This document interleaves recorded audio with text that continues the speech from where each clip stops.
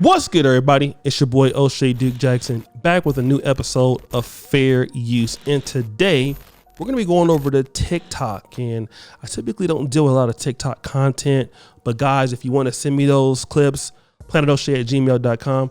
We're going to listen to two single moms who have issues dating, and these perspectives are very, very interesting. So I hope we can all learn from this, and let's get into the video. I don't know if anybody will see this, so maybe it's more for me. But I am not okay. Okay. Very important thing. I don't know if anybody will see this, but I am not okay. Let's continue. I'm safe. My children are safe. But being a single parent is a lot harder than I thought it was going to be. Boom. I'm safe. My kids are safe. But being a single parent is a lot harder than I thought I'd be. Let me kind of deal with this, because in the Western world, you know, we really believe that, you know, if we push the single motherhood agenda and things like that, it's really a great thing. You know, we really believe that, you know, if we talk about that, women are really amped up. I don't need a man. And then we look at the economy that we're in right now. COVID, and then also there are uncertainties in the job market. People's industries were heavily affected by COVID. Some people have to go back and retrain and do something different. And then housing prices are skyrocketing. I talked about an article not too long ago where a lot of single moms can't even afford houses right now. And in certain cities like Boston, a one-bedroom apartment is just as much as a two-bedroom apartment, because they want only married couples or couples to move in now.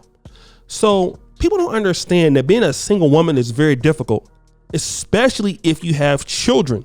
It is not like it's hard as shit. And for those people who come from the Black community that came up with single parents or single mom, you guys remember how hard it was for your mother, right? It's not easy, okay, at all. And I don't even know what I need. Except maybe to admit that it's not. It's not what I thought it was going to be, and it's a lot. Boom. I don't even know what I need. Let me just say what she means by that. I kind of maybe interpret it. A lot of women, and I'm pretty sure that maybe she was married before, or in a serious relationship. You thought what you wanted was to be by yourself. Then when you get by yourself, you realize, oh shit, I don't know what I need. But I know this is not easy.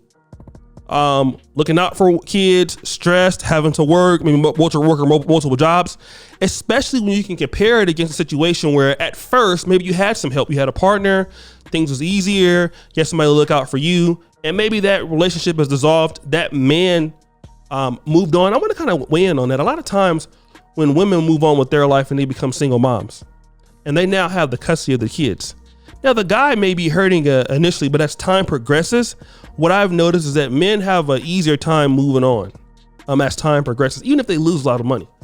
But women, from the onset, it seems like they can control what's going on. But then as time goes on, sometimes it might be like death by 1,000 cuts, because the stress comes on so much, and the dating is not there, and you know, it's hard for them to find a guy that was committed to them like they were before. And then when that can't be resolved, this is what happens. They start having nervous breakdowns. It's a lot harder than I thought it was going to be. And I don't really know what to do. I just feel like I'm breaking down, and I don't know where to go from here. Help. Let me just say this. For a lot of women who, let's say, for example, if you've always been a single mom and you've never had a man to be in your life, you may be able to be a little bit more prepared for this. But in her case, I can probably tell by the way she's talking, she was previously married. Maybe thought that I could do better on my own. I can get a better guy. I deserve better. And the reality is that maybe that guy was the best thing for you. You know, we've seen that. A lot of other people are not going to have the same care, you know, that it would if the husband is there. I don't know if the husband passed away or anything like that, but it appears that she had somebody that was there and then they left. And now she's looking for help. And what we try to tell a lot of women in this community is, hey, you got to really be careful. Number one, who you have kids with. And number two, you know, if you have problems in a relationship, how can you resolve them to stay together? Because raising kids is a hard thing. The economy is a hard thing. And the people that are going to do very well are those who are 2-parent homes right now. Single people are not going to do very well in this economy. Now, I do want to kind of go over this one lady. She has a TikTok. It's called This Is Dating as a Single Mother in Manhattan. It's pretty interesting and funny. I think she's a comedian, but there's a lot of truth to this. Let's go ahead and get into this clip too. Is it like being a single mother dating in Manhattan? Mm-hmm. Wait. Sorry. But I thought it was an M&M on the floor. False alarm. Because obviously I'm going to eat it. Who gives a shit if it fell on the floor? It's delicious. Anyway, so what is it like being a single mother dating a man? I said, it's like I'm a magician. That's what it's like. I'm tricking everybody. I'm pulling rabbits out of my hat. I'm cutting my waist. Uh-oh. It's like I'm a magician. Guys, listen to this. This is interesting.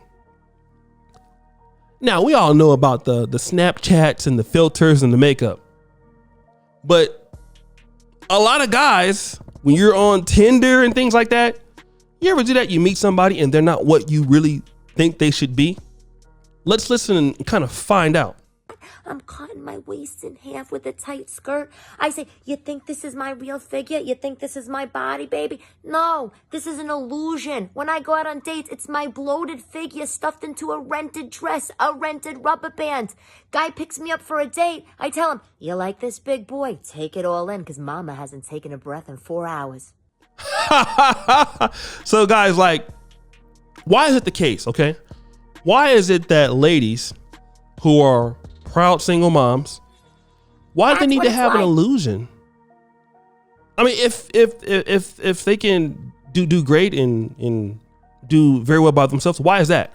Let me kind of talk about, you know, there's a YouTuber, I won't call her name.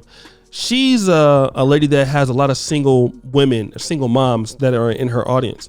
She flat out tells women to lie to men, like lie to them about your age, tell them that you don't have any kids. Because why? They have to present the illusion because they're afraid that, listen, if I don't do that, he won't date me. And I have hit the manospherian wall. You know what I mean?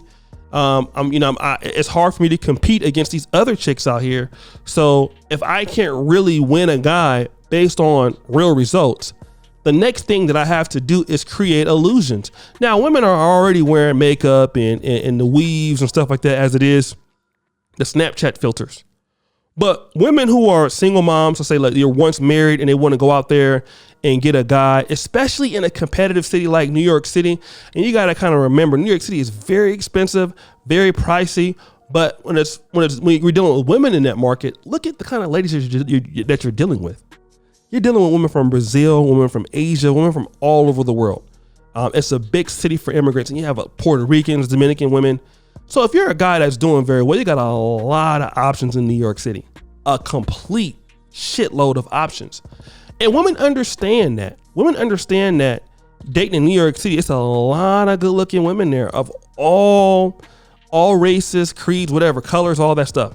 So for those women who feel a little bit more uncomfortable about themselves, hey, they're going to have some illusions out there. Make themselves look like something that they are not. I think guys need to really be careful about that because, you know, what some people might want you to do is fall in love with them. And then like afterwards, when you find out that it's not really what they're about, you'll be so deep in love that you'll kind of forgive them anyway. And that's what a lot of people do. A lot of folks lie about their age, lie about how many kids they got. And then when you get, too deep in there, it's like, well, oh, I'm sorry. And so you can keep the relationship going. What do you think about this? It's your boy O'Shea Duke Jackson. Send me some more of these TikTok things. I can kind of review them. I really appreciate you guys for all that you do. Shout out to Quasi on the edits here. And as you guys know, The buffoonery remains at all-time high. I'm out.